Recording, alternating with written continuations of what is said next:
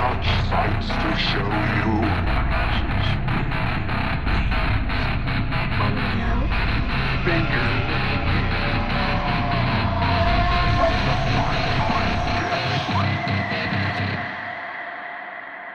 Hello everyone to another week, not another happy week, closer to Halloween.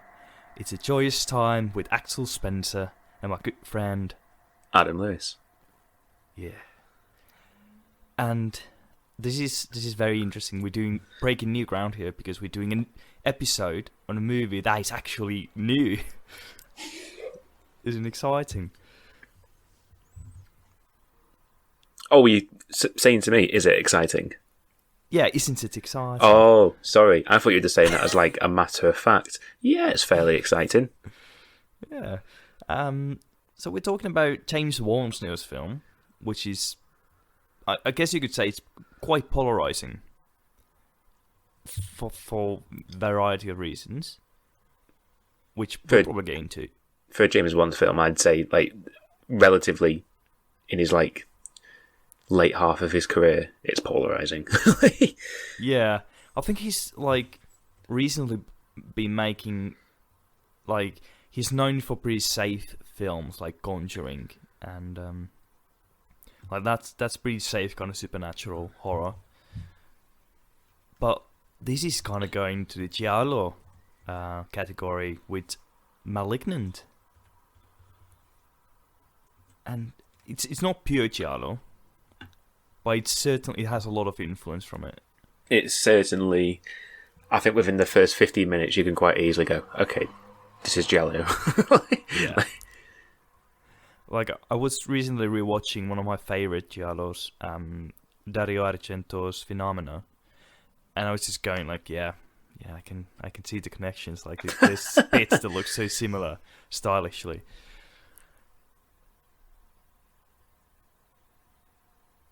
And it's just, yeah. But I don't think a lot of people do really get that. So they like think the movie's just weird.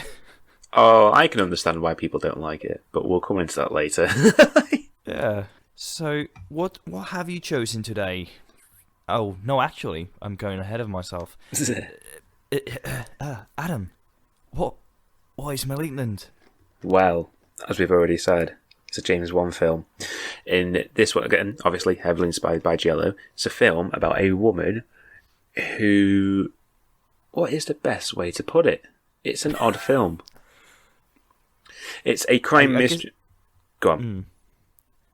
Like, I've seen a lot of, like I think IMDb kind of said it, like, a woman has strokes, where she kind of witnesses crimes in her sleep, like murders.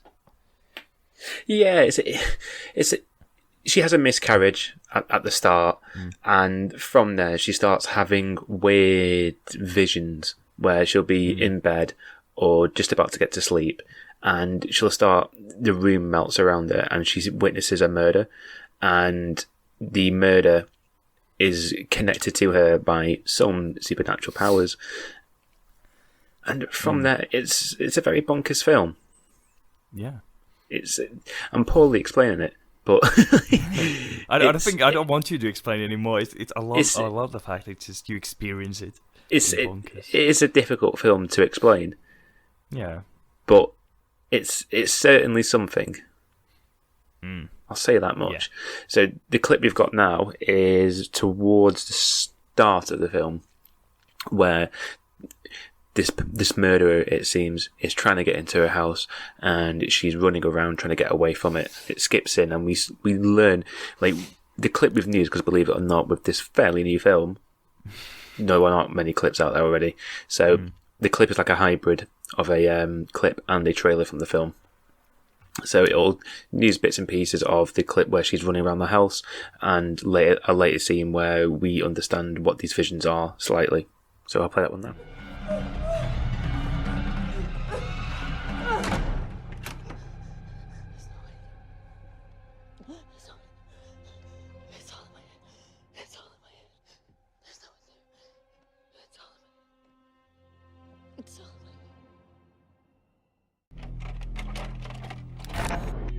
When I was young, something happened to me.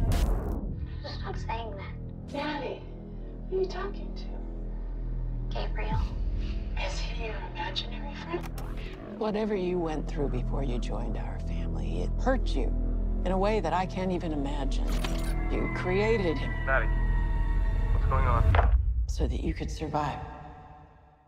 Wow, just get shivers from listening to it. So, like, the big problem, like, I think a lot of people have with this right off the gate is the fact that most people don't know what giallo is. I don't blame him. Yeah, no, it's very, like, you really need to be a fan of horror to know what, like, or fan of cinema, but mainly fan of horror to know what giallo is. And it's basically a subgenre, or, like, well, genre in Italian horror films, revolving around murder mysteries that are depicted in kind of, like, certain style. This... Do you know what giallo means? No. So it means yellow. So giallo. Oh, yeah, I remember this. Yeah. Yeah. So what giallo is a type of crime fiction novels that were around in Italy, and they all, I think it's like in the 40s or something like that, and they all had yellow covers. Yeah. So from there, it was just a giallo novel. Quite boring when you say it like that. You go, "Oh, that sounds interesting," but when you actually translate it, it's just yellow novel. It's part of the mystery. But yeah, it's like they kind of like became movies. Like giallo as a film genre kind of became about, I think, in the 1960s. Yeah, and I think it was it it was Bava, but it wasn't Lamberto Bava, I don't think. I'm gonna have to double check. But there was this one director that really kind of like gave, like, he birthed it in film. yeah. And It's of course, go on. Like, of course, the most famous giallo director nowadays is Dario Argento. There's the talking about the film. Where is it? God damn it! It threw it away. I mean, you could see we've done research. I can cut all this bit out until you find it. The Girl Who Knew Too Much from 1963 was the first kind of like giallo movie. Oh yeah, I was thinking it might have been Mario Bava, but I didn't want to sound racist and say, oh, it must have been an Italian guy named Mario, you know. But yeah, Mario Bava's The Girl Who Knew Too Much, and then of course there was a lot more Lamberto Bava's made giallo films, and of course Dario Argento's Suspiria, the most famous, which is... Is Suspiria a giallo film? It's technically, but it's not the most giallo by any means, because it does have a murder mystery. Yeah, it's very, very loosely, I would say. Yeah, I wouldn't a lot more of Argento's films are more giallo than Suspiria. It's much more like supernatural giallo. Yeah, I mean, like, The Girl Who Knew Too Much is like straight up there. That's the first one that comes to body. I think it probably comes to our mind when we think of like any giallo film. But to me, it's that one straight away that I think of, at least. Oh, absolutely. And like, for me, like, I think of Argento's The Bird with the Crystal Plume. It's very, very giallo. Do you know, I had it on my watch list for this. Didn't get round to it. Yeah, I got, like, I think a year ago, I got a box set of 6 Argento films. And that's, you know, they blast to watch, but they're not incredibly good. They're just fun. I think that's a lot of Italian films in general, to be honest. Yeah, and that's pretty much where the influence to this film came from, and I think it went over most people's heads, because I've seen a lot of people kind of going like it's just, there's some weird humor in it, and it's like it's not even campy or something, because I mean it's very campy. Like not very campy, but it's quite campy, but in a modern sense. So it's like well made, but it's campy. Yeah, and I don't necessarily blame people for that either. Yeah, because how many people watching this? I mean, James Wan is more like people weren't watching this because they were going, "Oh, it's a Jello film here." They were going because it's James Wan. So I think that's mainly why people were watching it, because they were going, "Oh, it's a new James Wan film. He's the guy who did Insidious. He's the guy who did The Conjuring. He's the guy who did the Fast and Furious." That's like very poor thing to have on a poster, of like from the director of this and this film, which are like completely different and give you no guidance for this film whatsoever. But and I think half the problem is that the mainstream giallo is hard to come by. Yeah, and it's hard to think of one definitely in the last 50 years. Yeah, or even I don't think, even arguing that, I don't think any giallo film is technically mainstream. Like we were saying before, I think it's one of those things where you go, like people like us know it, but the average person to go and watch, like Malignant, for example, will have no idea what that is. Yeah. So people coming out of it thinking it's a bit rubbish, I don't blame them for thinking that. Yeah, but they are wrong. But like my biggest qualm is that I watched like a review afterwards of the film, and someone said it's too clean. It's not clean it's at all. James Wan film. It should be gritty or something. Like it's too clean. It's like, oh fuck you, man. He's like learned how to make good movies, and you're shitting on it. Like the only way this is too clean is the editing, because some of the editing in this is flawless. Yeah, it flows really well. Yeah. Like, I wouldn't say horror is famous for editing. But like nowadays, of course, it's so good. And this is really well edited. I had an absolute blast watching this in the cinema. Oh, so did I. I mean, I had my expectations quite low going into it, and my expectations were lowered even more in the first, 5 minutes, I think. Oh, yeah, same. Because that first 5 minutes is so bad. Yeah. I've got on my notes. It's just like acting at the start is dog shit. What the fuck? Do you think James Wan made it purposefully shit, or like shittier than the rest of the film? Kind of like no. For me, get people and just say like fake say so. It feels very much like an afterthought. It feels like something that was done right at the end of the production, and people went, "Oh fuck, we've got very little money. Just get on with it quickly." That's what it felt like to me. Oh yeah, true. Because I forgot the very very start, because I remember he starts at the home, but yeah, like the first 5 minutes, to be honest, I don't know why that was in the movie. I don't get it either. Like it just felt like a preamble. Yeah, like that. Go on.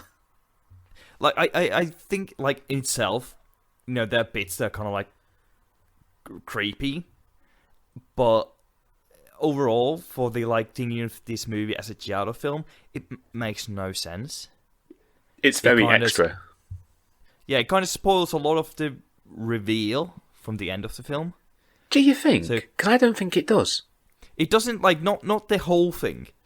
But you've got, I would rather kind of slowly find out about this, she's adopted, she had a conjoined twin, yada, yada, yada, rather than, at the start kind of, seeing all this stuff happening. Yeah, I mean, I get why it's there, don't get me wrong. Because it in a way, it sets it up in a thing, oh, here's this weird little thing going on. But... yeah. The acting is terrible. The writing is terrible. The production's fine, but just everything else is awful. And that line that goes into the title sequence, going, "It's time to cut out the cancer." I almost laughed at that bit in the cinema. Yeah, I mean that's probably the campiest bit of the movie, but not. Yeah, it's. Oh god. And it's just, I mean, obviously, I think going into it, I kind of had a suspicion it was going to be something related to cancer, something related to tumours, because that's what malignant in the modern age kind of means. But yeah, just it's might as well slammed you in the head with a sledgehammer. It's like you're watching one of those Poirot, detective shows, and someone at the end is like, time to, catch the butler. It feels like a student film, and I can see they've that. gotten actors in who haven't really acted before. It's been directed by someone with no experience. That's what it feels like, and for me, that's like the biggest backhanded insult you can give to someone like James Wan, because he's not an inexperienced person at all. And for me, those first 5 minutes are such a departure from the rest of the film. Yeah. I mean, like you're hit with this intro. That's like the cold open, set up the horror. Which I don't like as a thing anyway. But then you get the next 5 minutes, which is... I was thinking kind of like, watching that, I was kind of like, oh god, is it going to be one of these films? Yeah. He's kind of like, I felt like he's going to turn into like haunted house kind of thing. And, then, then the miscarriage happens. The abuse thing, I was kind of like, whoa. It did kind of come out of nowhere, didn't it? Yeah. Like, she comes home from work, a long day from work, and next thing you know, she's just getting battered. Like, and I kind of understand why there was no preamble to that. Yeah. Because that wasn't what the film was about. It felt like an afterthought, like we need a reason for something to happen later in the film. What are we going to do? Right, okay, this. I think that moment for me when she gets her head slammed off the wall, doesn't she? I think that moment from there, the film starts to pick up a little bit. Oh, yeah. Because I think everything up until that point, they're going, oh shit, how do we start this? Like, how do we properly set everything up? And they don't really set everything up properly. And then from there, it really starts to get into its stride. Yeah, like, I feel like the whole, abusive boyfriend thing, there's, like, enough callback to that. So, like, I understand it. But, it does come very much out of nowhere. Like, suddenly, when he comes home, it's kind of like, it's just a couple, and then suddenly the guy starts to get, like, really pissy, and suddenly he's just slamming the head on the wall, and then he's, like, very kind of panicking, apologetic. And it's just, it somehow feels very real. Like, it doesn't feel like, movie abuse, where it's very, like, caricature. Like, this guy's just the most evil. He's like, fucking wearing a white tank top and has a massive beer gut, and there's, like, beer cans everywhere, and he's just, like, smoking on a fucking brown-stained sofa or something. It's like, feels so much realer. Oh yeah, definitely. I mean, I think it's a weird moment, because it is, like you said, that there are callbacks to it later in the film. Yeah. But for me, it just felt like an excuse more than anything for things to happen in the film. Like, I mean, it just felt like they needed that domino at the start for everything to start falling into place, and at first they just didn't have the right one.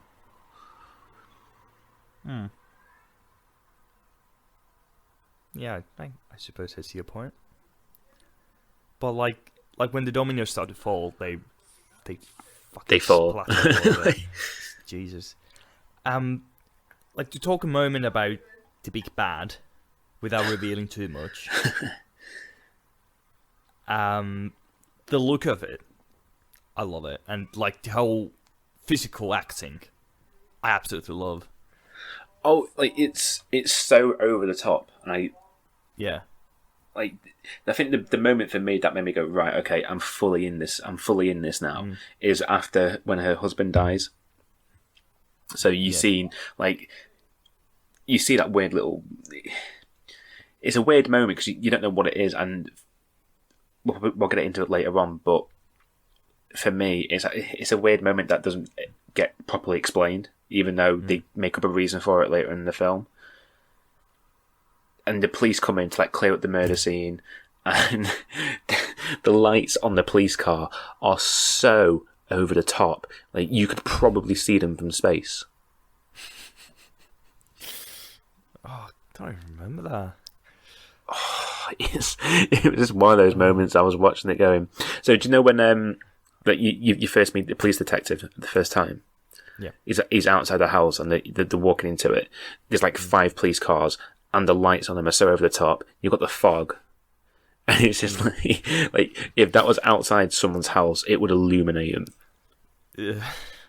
And that was the minute for me. It was like, right, okay, I'm on board with this now. Because even the music in this film, the score is so over the top. I love it. I love the Pixies. It's apparently it's a cover of the Pixies song.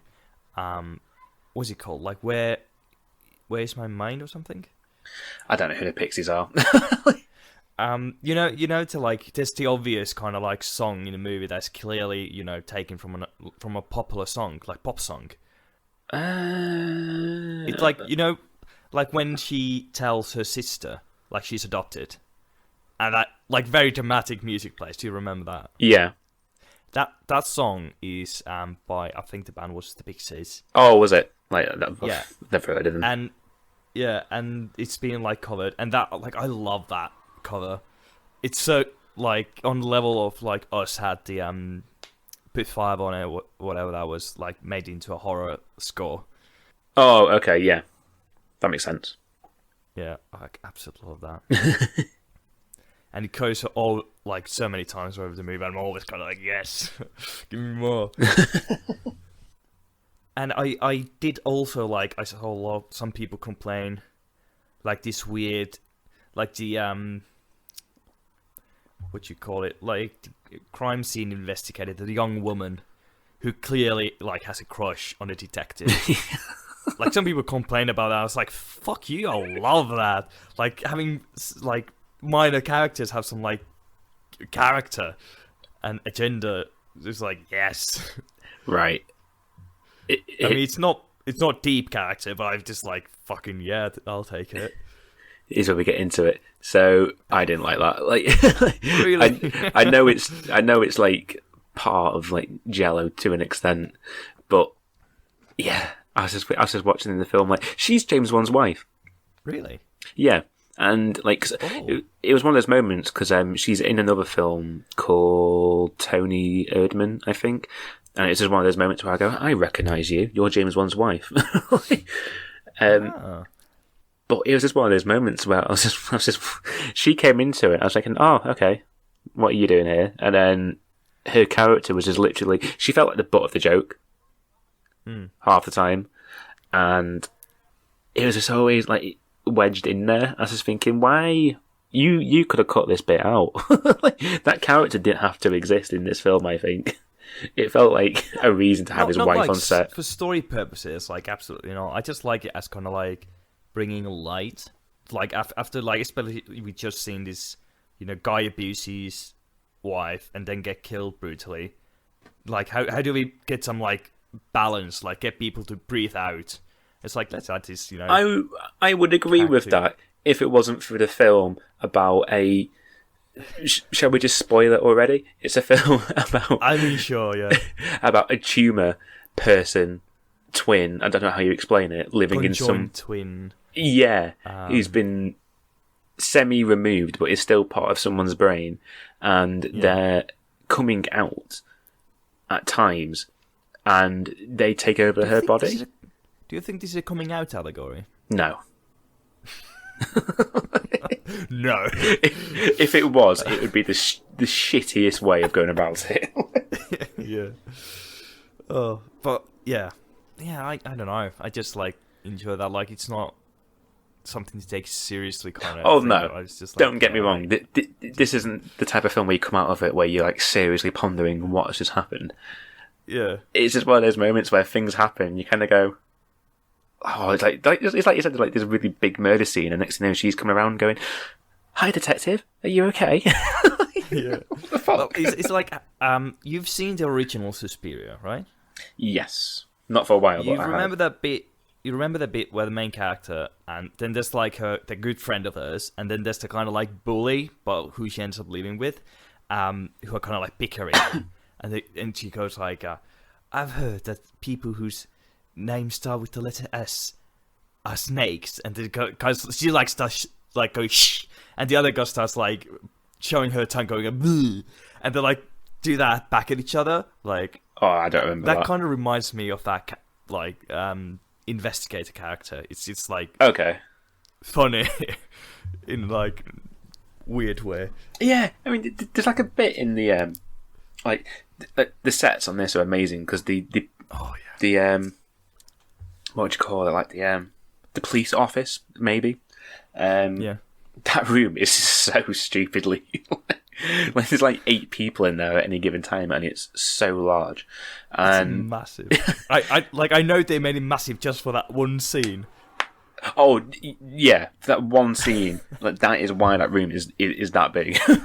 Yeah. But it's like the two sisters, they come in and be like, yeah, we know where the third person, like the third murder is going to be. It'll be over here. Let's go to it. And the cop's trying to flirt with the sister. Yeah.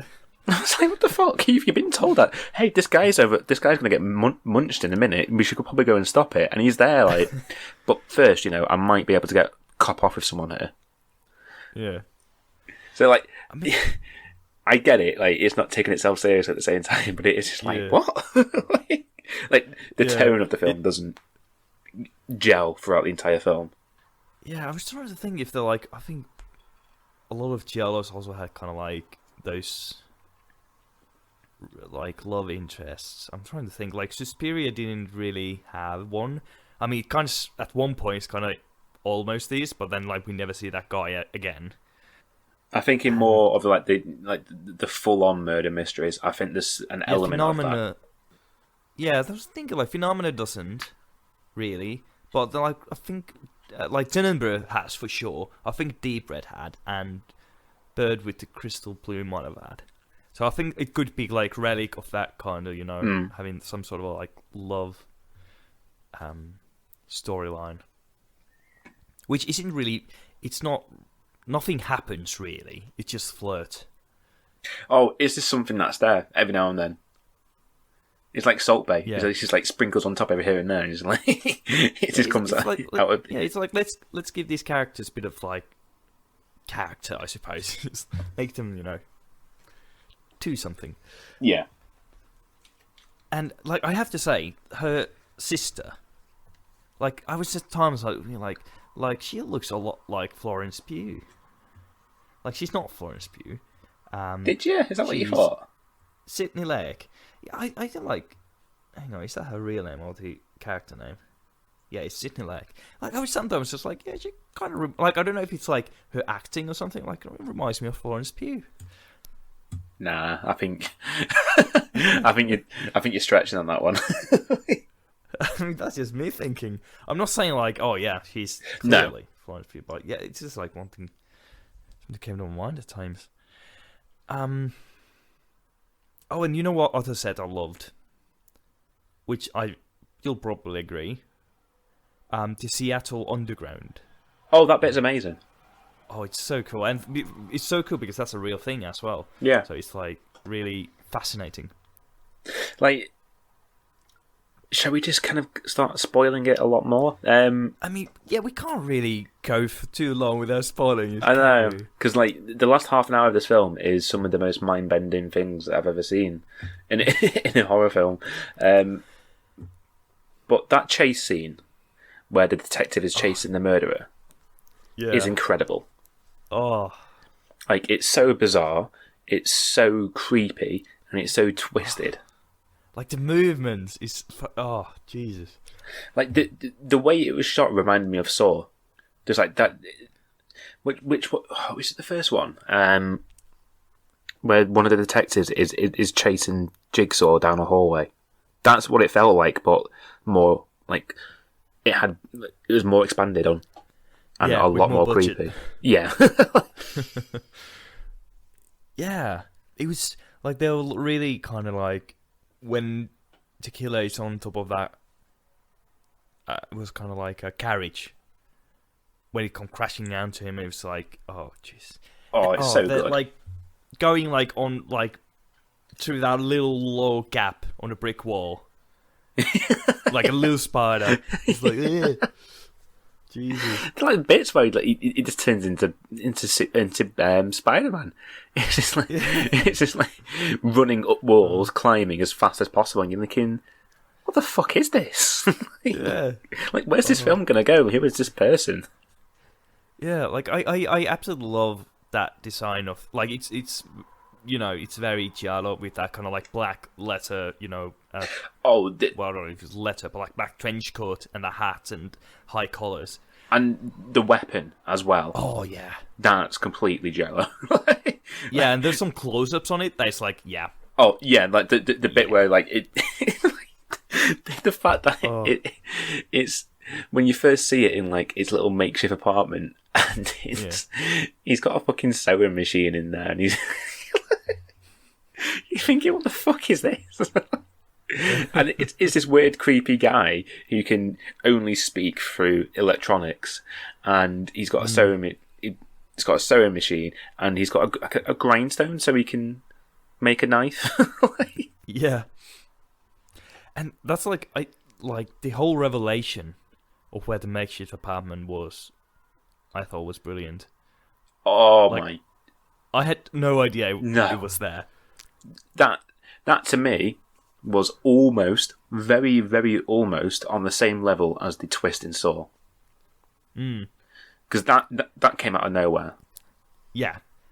And but like it made sense. It made perfect sense. And I remember watching Saw for the first time and you're thinking, right, okay, this is a decent film, I guess. And then the guy gets up at the end and you're thinking, oh my god. Holy shit. What? Yeah. And the moment... Is it her mum that drops out? I can't remember now. No. It's... No, wait, yeah. That's her mum. So she just drops into the living room and you're thinking, holy shit. Oh. And it's like, even though from the start, we kind of like, we know who the killer is. Do you? Pretty much. Like, I knew from the start, like, it was Gabriel. I didn't, but I thought it was separate body. Right, yeah, okay. That's fair enough. Yeah. Because I think... Yeah, so with like falling through the roof, like we found out where the secret hideout is. Great revelation, and that scene at the police station where she tears open the back of her head. Oh my god. That was just like, Jesus. That's the best scene in the film. Oh, I love that. That moment, so just that entire fight scene, like I want to know how they shot that. Oh man. Because like I can't imagine that's an actual person dragging themselves backwards. Yeah, like I want to know how they did all that choreography. Oh, that's another the choreography in the fight scenes is so good. Yeah. Because have you seen Aquaman? Yeah, I have. So like James Wan did Aquaman as well. The fight scenes in that are great. Yeah. Like the film's not amazing or even good by any stretch of the imagination, but the fight scenes are brilliant, and it seems like he's taken that lesson and brought it into this. Absolutely. Like I love the fact that he went to do a like multi-million-dollar blockbuster film, and then he did this. Yeah. It's like he just like needed the money. It's like, okay, I'm gonna do this, and it felt like really weird. What's his chops? Can't even say his name now. Guillermo, the guy who did Pan's Labyrinth. There you go. Guillermo del Toro. That lad. Like I know he's always said like, well, there's one for Hollywood and then there's one for me. Yeah. That's what this felt like. This felt like a film that he was like, right, okay, I'll do this film, but then I'm going to do this. Yeah. Yeah, it's like filmmaking. It's a job after all. Like people need to make money, so you can make about enough living, make it indie films your entire life. It doesn't pay as well as I think people think. But then, if you make enough name, you get a chance, you go, Hollywood, you make one Aquaman, Fast and Furious. Did he do that? He did the first two, I think. Oh, really? He did Tokyo Drift. I'm sure he did the first one as well. But yeah, it's like those weren't as bankable back then. But let's say you do Aquaman, that's your retirement money. That's yeah. You don't have to pay bills anymore. It's like the one thing I love about like John Carpenter. Well, one of the many things.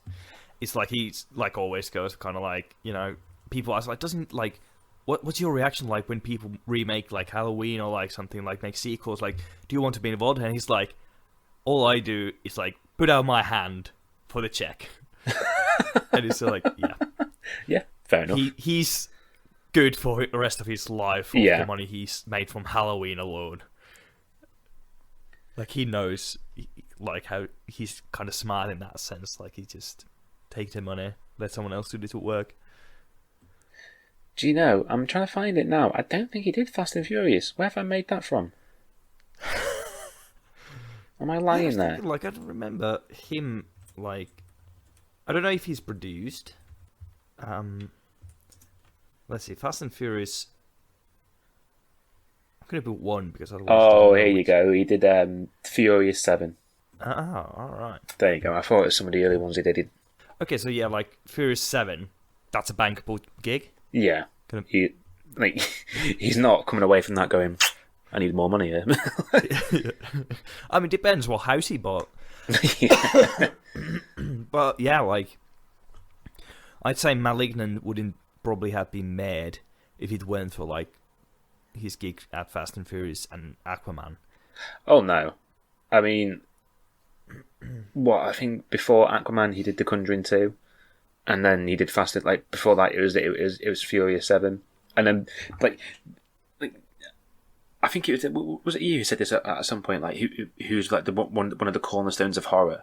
Like James Wan for me, like he's one of the more modern. Like he's not a master of it. Let's be real. Like he's not someone you go to because he makes incredible horror films, but yeah, he has brought a more mainstream awareness to it. Yeah, and I think he makes like solid 8s.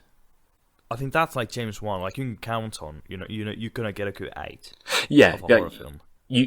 He can like give him an okay budget, and he can make a good horror film. And like Aquaman, for me, is like I'd say probably the best DC film from the DC universe, but that's almost by default.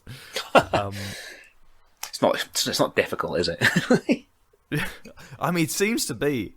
I don't know why they're fucking it up. But it's like, oh god.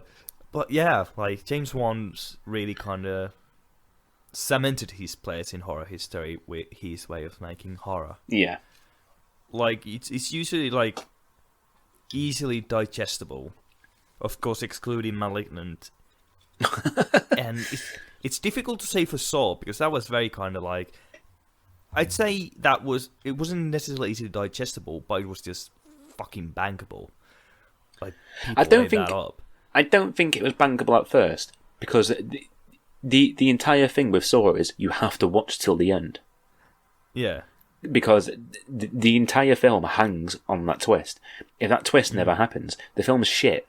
Like it just doesn't. It's boring and it doesn't work. But the moment that guy gets up, you go, "Oh my god!" And that's what you walk out the cinema with. Whereas, and then obviously that feeds back to people going, "Oh my, just watch it till the end."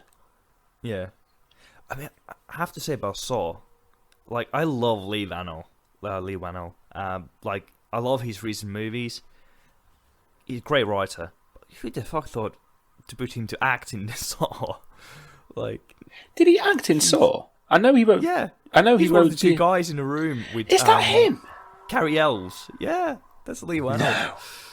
Yeah, it's like notorious thing about the movie, like the screenwriter is in it, and it's like he was so like he wasn't good back then. Like I watched Cooties recently, where he also an actor, and he's like much better. He's so much better. Oh my god. That's like the twist for you now. It's like, forget about the mag getting up from the floor. It's Lee Whannell being Saw. Oh, I've never made that connection. Yeah. I mean, you never really see the faces of the writers or he only started really directing a few years ago, didn't he? Oh, yeah, what he did, Upgrade, which I've not seen, and I know he did The Invisible Man. Or Upgrade is... I really like Upgrade. I've heard decent things about it from what I've read. Yeah, it does some great shit. It's kind of like same with James Wan is like solid 8. Yeah.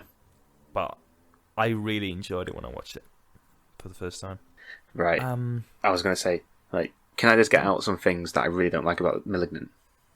No. Let's just pretend we loved it. No, go on.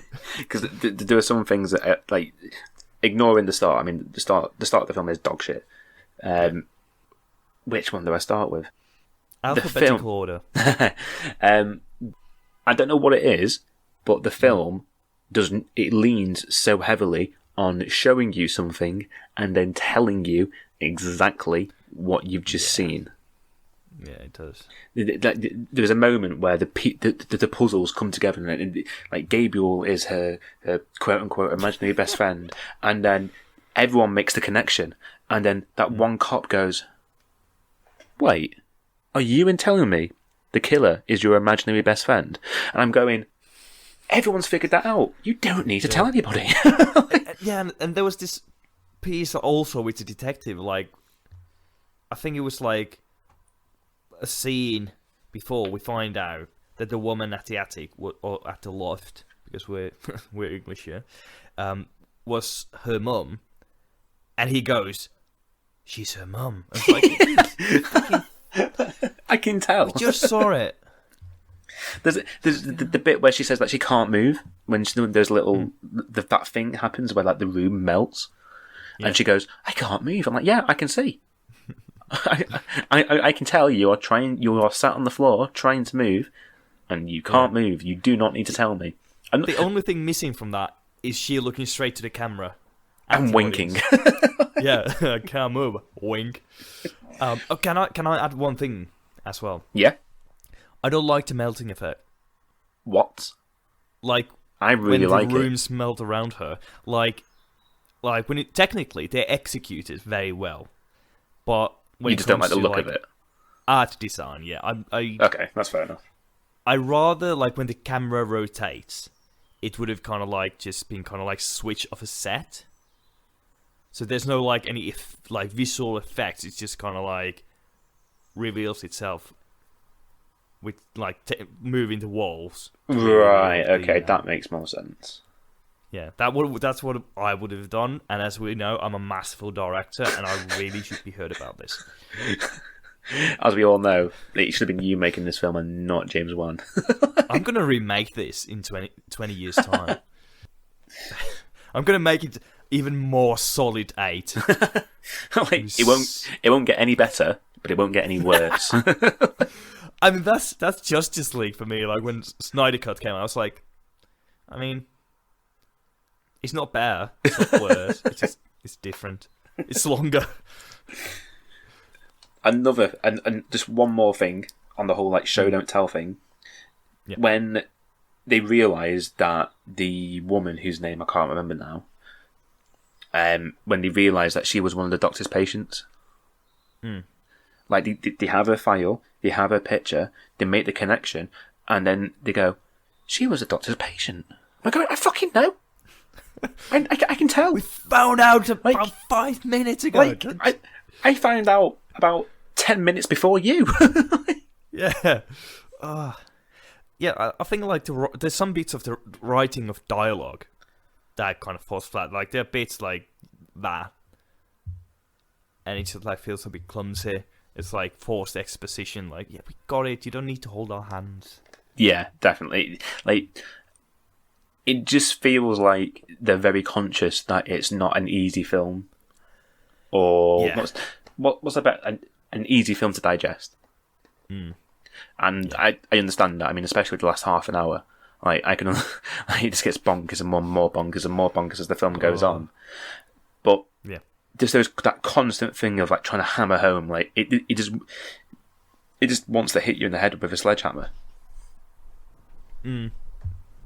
Oh yeah. Two more things that I don't like, and then we can skip on to like the last half an hour. Yeah, we're gonna start gushing. The unknown number, that is becoming such a trope in horror films now, and it's just annoying me. Like this, any time you see this like an unknown number on a phone, you kind of go, "Oh, for fuck's sake!" Like on this one, he's got little glitches on the phone whenever he's calling. It's like, "Ooh, creepy." You know, I would have loved if it said, like, when the phone rang, it said Gabriel. You know, when your phone, you can add person's picture on it. I wish I had a picture of Gabriel on it. Brackets, the devil. Yeah.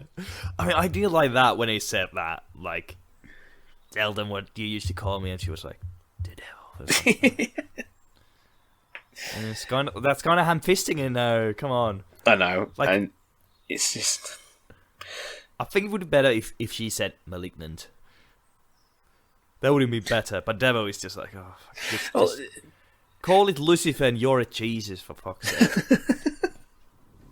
And the other thing I don't like is the whole good cop, bad cop trope. Yeah. There's like, in that scene when they're interrogating the woman, and it is literally like going, oh, come on, just tell us the information. And the other person's like in her face going, give us the fucking information. Yeah. I was like, right, okay, like I can see why this has happened here. I can see in the writer's room people going, one needs to be good, one needs to be bad. Just write a dialogue like that. Yeah. Like how do we make conflict in this scene? It's like bad cop, good cop. Yeah. Yeah, I'm not 100. Like I wasn't really care for the character of that female cop, the bad cop. Like, she seemed like bad. a character. No, she wasn't a bad character. But she's very much seemed like the character to hammer home things. Yeah, and it was kind of like, you know, there's a clever way to do things, and then there's your way to do things. Like, so you got the information, you know what's going on, and you're kind of just like ignoring it, I suppose. Yeah, like there are a lot of things in this film I feel like you have to ignore. Yeah, like a lot of the comments that people make, where it's just like confirming what you've already known. You have to ignore that. Yeah. Like, some of the acting and the writing's not great. You have to ignore that. But I think when you ignore, like, if you can get past those hurdles, there's a lot to love. Oh, yeah. Like, the camera work is so fucking good. That scene where she runs around, I think it was when she runs around her home. The top-down view.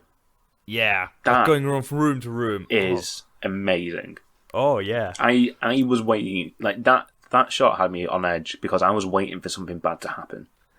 Because, like, the moment, like, she would go, be underneath one of the rooms and you couldn't see her. Yeah. I was thinking, like, something bad's going to happen and she's going to get thrown out of the other room and the camera's going to have to go backwards on it. Yeah. And that never happens and you kind of go, oh, right, okay. But that entire moment for me is fucking brilliant. Oh, absolutely. And there's like one thing I really like about this film. Well, not like it's not really, but it's like a friend of mine kind of brought this up. That got me thinking because he was kind of like he didn't like how like supernatural Gabriel was at the police station scene, like just flipping around and knifing everyone, breaking downs. But I was thinking like it's actually, you know, doesn't follow our rules of reality. But it does follow the rules of the film's reality because it's already been established, you know, that Gabriel is a demon, supernatural, I suppose. Yeah. So it's like it's kind of like interesting in a way. It's like the film it's like real world. I wouldn't say it's a supernatural film because it's kind of like things that we would think are supernatural are kind of grounded in reality in the film's world terms. You know what I mean? Yeah, I mean, I kind of feel that's a bit nitpicking because if somebody's got that far into the film and then they see this person like dodging every single shot and just fucking throwing tables at people and stabbing them as much as they can and like dodging shotgun shots. I kind of feel like there's lots of other stuff. Like, okay, if you're saying that bit, what about the prison scene? What about the chase scene? That's the same thing here, probably. Oh, okay. But yeah, there's like much more like flipping around when she gets to the station out of the prison. But he's got the room for it. Yeah, but I mean, just oh god, when she rips open her head and the people in the cell start to panic. It's kind of like I'm so happy because I'm like, yeah, those fuckers gonna get this. Yeah. asses kicked for what they were doing. Oh, it's so brutal. It's just one of those moments that you don't expect. Yeah. And like it's like the moment that her mum drops from the attic, it's just literally like there's a twist every like 5 minutes. Like something. Yeah. They go, right, okay, we've got this bit. We need to one up it now. Yeah, and it's weird because it's kind of like thing I didn't expect to happen at that point of the film. It feels like a third act transition, you know. But that's well before that. Oh, I mean, the film doesn't waste any time. I mean, No. in the first 15 minutes, I think with most horror films, you're about half an hour in before anything really starts to happen. In this one, things are happening within the first 15 minutes. Yeah. Like, there's no time wasting at all. And I kind of like that because I think there's a point of me where it's whilst writing it, they kind of felt like if we're going to do a Giallo-inspired film, people aren't aware of it. People probably won't like it because they are, I wouldn't say they're very niche films. It's probably the best way to put it. Yeah. And you're going to need to keep the audience engaged. And I feel like having half an hour of not necessarily set up, but build up wouldn't have worked for this. Yeah, not for this film. And that's like probably one of my biggest problems with Giallos. It's like, it's usually, you got the cold open, then it's like, nothing happens.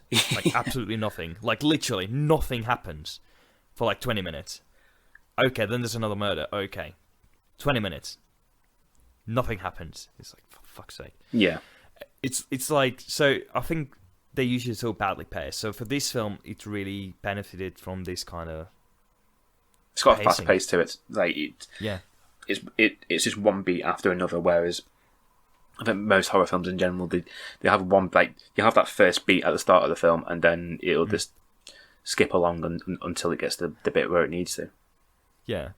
But it's like, I like the kind of horror that only really gets going at the halfway mark, because I'm like, every horror doesn't have to be that, and I'm glad no, that isn't. But I love this John Carpenter quote, probably not from him originally, but it's kind of like, you first need to believe into real to then believe into unreal.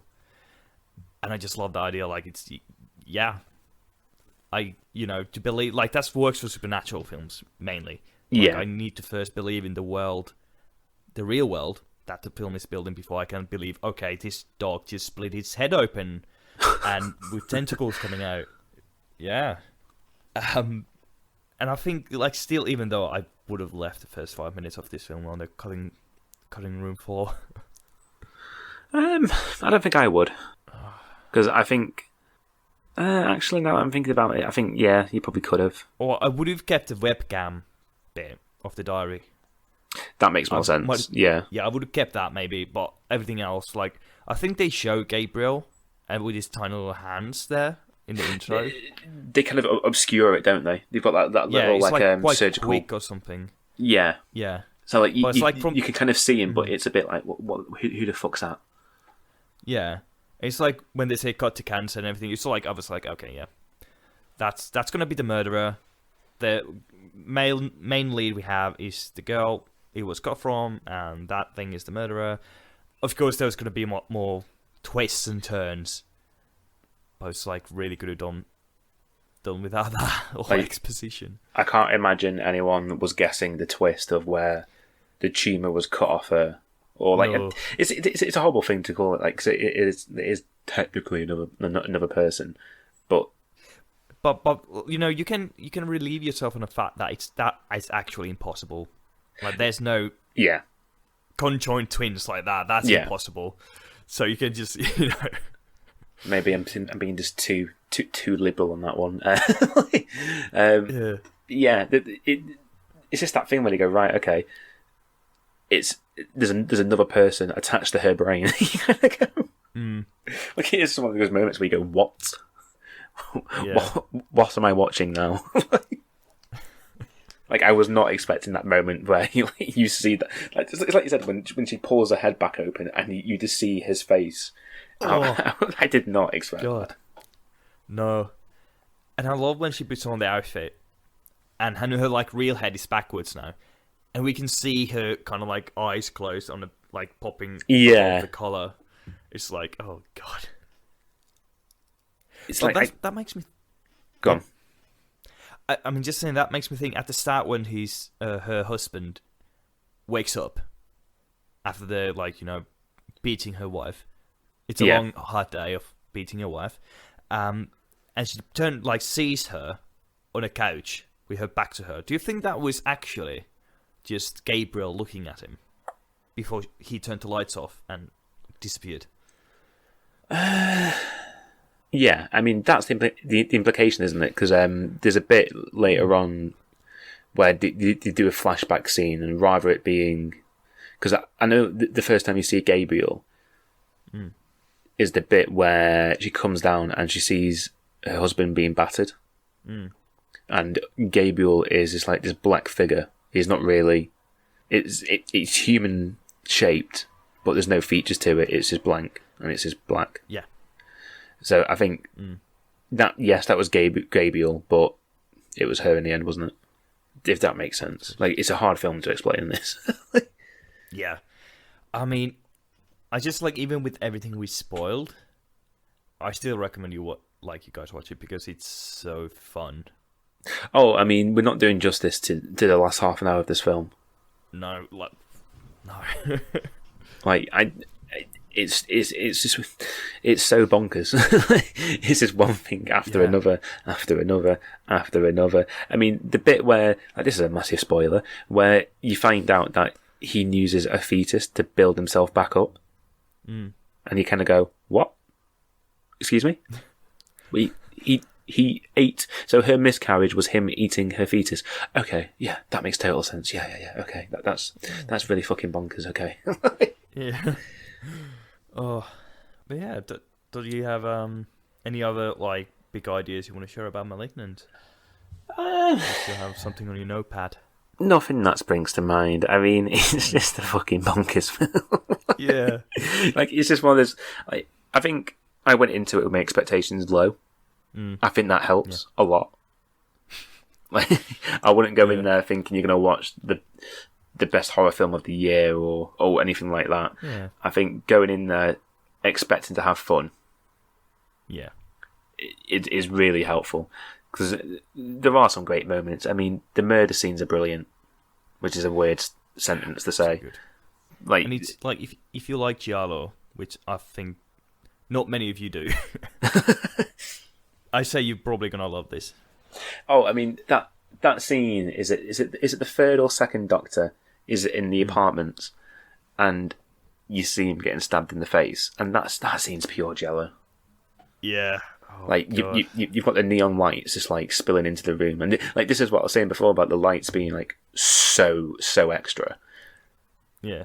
It's just like how does he sleep at night? He's got a neon light coming into his room. How on earth does he get to sleep? But that reminds me. I think you told me last time we did an episode or something, every time a horror movie has colorful lights, it's everybody's yep, that's giallo influence. That's the superior influence. Yes, yeah. I mean, you could easily say In Fabric is a giallo film. You could quite easily say that. What else? The Neon Demon. You ever seen that? Yeah, I have. And that's the thing. I think that's the bulk of the reason why this film's getting a bit of a kick in. Is because there is nothing to point to in the last 5, 10, 20 years where you can show people, right, okay, if you've seen this film, you might like this film. Yeah. You can't do that with this. Yeah, I can't think of any proper Italian giallo films. I haven't seen any since the 1980s, and I don't know if there were many after the 90s. Oh, I mean, Thesis is technically a giallo film, I'd say. It's not amazing. It's all right. The Strange Colour of Your Body's Tears, again, very interesting. Not great. Yeah. I think that's the issue. There's it's practically impossible to say to somebody going, if you like this film, you'll like this film. Yeah, but on that note, how many medical trophies would you give this out of 10?